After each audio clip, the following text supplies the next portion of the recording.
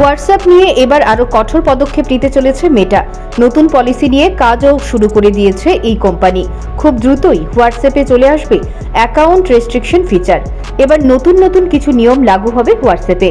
নিয়ম না মানলে বন্ধ হয়ে যাবে চ্যাট করা। অস্থায়ী নিষেধাজ্ঞা জারি করবে মেটা। এই নিয়মগুলো খুব দ্রুত বাজারে চালু করবে মেটা সূত্রের খবর। হোয়াটসঅ্যাপের নিয়ম ভাঙলে কিছু সময়ের জন্য চ্যাট করতে পারবেন না। অ্যাপ তো খুলবে কিন্তু কাজ করবে না, সব ফিচার নিষ্ক্রিয় হয়ে যাবে। তবে একটা সুবিধা থাকবে, তা হলো এই রিপোর্ট থেকে জানা যাবে অস্থায়ী নিষেধাজ্ঞা জারি হবে নতুন চ্যাটের উপর। এক কথায় নতুন করে আর চ্যাটিং করা যাবে না। পুরনো যে চ্যাট রয়েছে সেখানেই কথাবার্তা চালাতে পারবেন গ্রাহকরা।